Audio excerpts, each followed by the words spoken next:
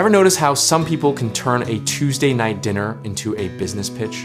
You're sitting there, fork in hand, and suddenly you're hearing about market penetration strategies between bites of meatloaf.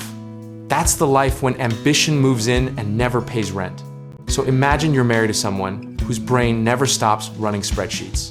Every conversation eventually curves back to the next big idea, the pivot that's going to change everything, the opportunity that's just around the corner. Except that corner keeps moving, doesn't it? Here's the thing about entrepreneurial obsession. It doesn't punch a clock. It wakes up at 3 a.m. with you, whispers during date nights, and sits at the breakfast table like an uninvited guest. And you, the spouse, you're watching this unfold in real time, wondering when the wedding vows started, including for richer or for poorer, but mostly just poorer for now. Now, picture this dynamic from both sides. On one hand, you've got someone who genuinely believes they're building something meaningful, something that'll eventually prove everyone wrong. The grind, the late nights, the constant pivoting, it's all part of the journey, right? That's what every success story says.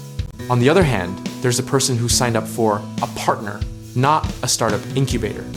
Someone who watches dreams get prioritized over dentist appointments and strategic planning sessions eclipse actual conversations.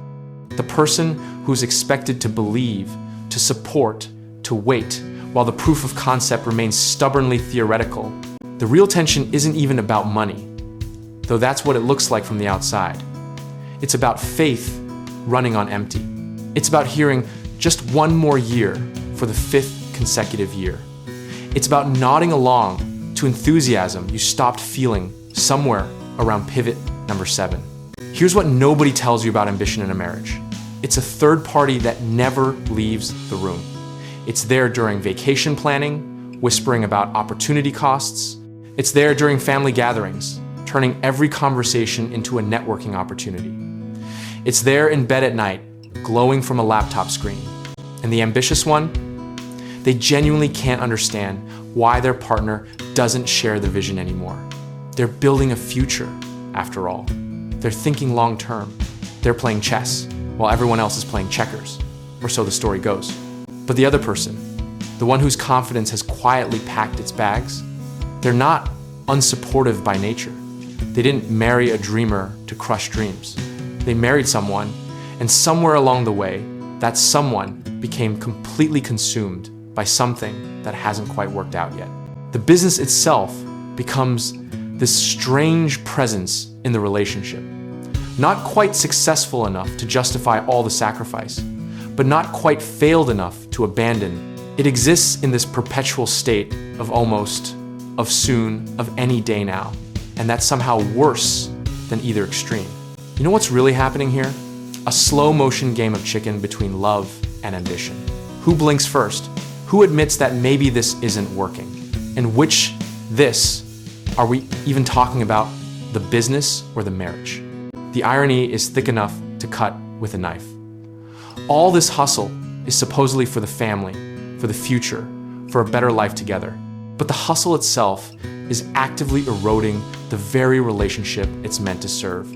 It's like saving for a dream vacation while missing every actual day you could have spent together. And here's where it gets really messy. Neither person is necessarily wrong. Giving up on dreams feels like a kind of death. But watching someone you love chase something that keeps not happening, that's its own special torture. You're both losing, just in different ways. The conversations start to follow a script. The ambitious one talks about breakthrough moments and market timing and persistence. The skeptical one talks about stability and presence and reality. They're speaking different languages, standing in the same room, growing further apart by the quarter.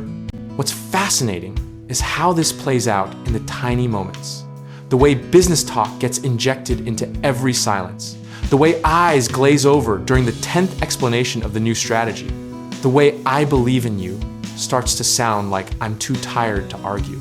The real tragedy isn't even the failing business or the strained marriage. It's watching two people who genuinely care about each other become adversaries in a conflict neither wanted. Ambition versus security. Dreams versus reality. Future versus present.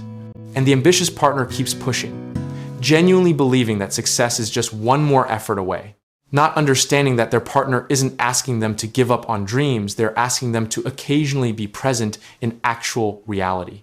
The one happening right now, not the hypothetical one that's always just ahead. The thing about strain is that it builds so gradually, you don't notice until something breaks. A comment that cuts deeper than intended. A silence that stretches too long. A moment when someone realizes they can't remember the last conversation that wasn't about the business or the tension the business creates. Here's what's really happening beneath the surface. A fundamental disagreement about what constitutes a good life. Is it the pursuit of something potentially great, even if it means years of struggle? Or is it finding contentment and connection in what's actually here, actually real, actually working? Neither answer is wrong, which is precisely the problem. If one person was clearly being unreasonable, there'd be a path forward.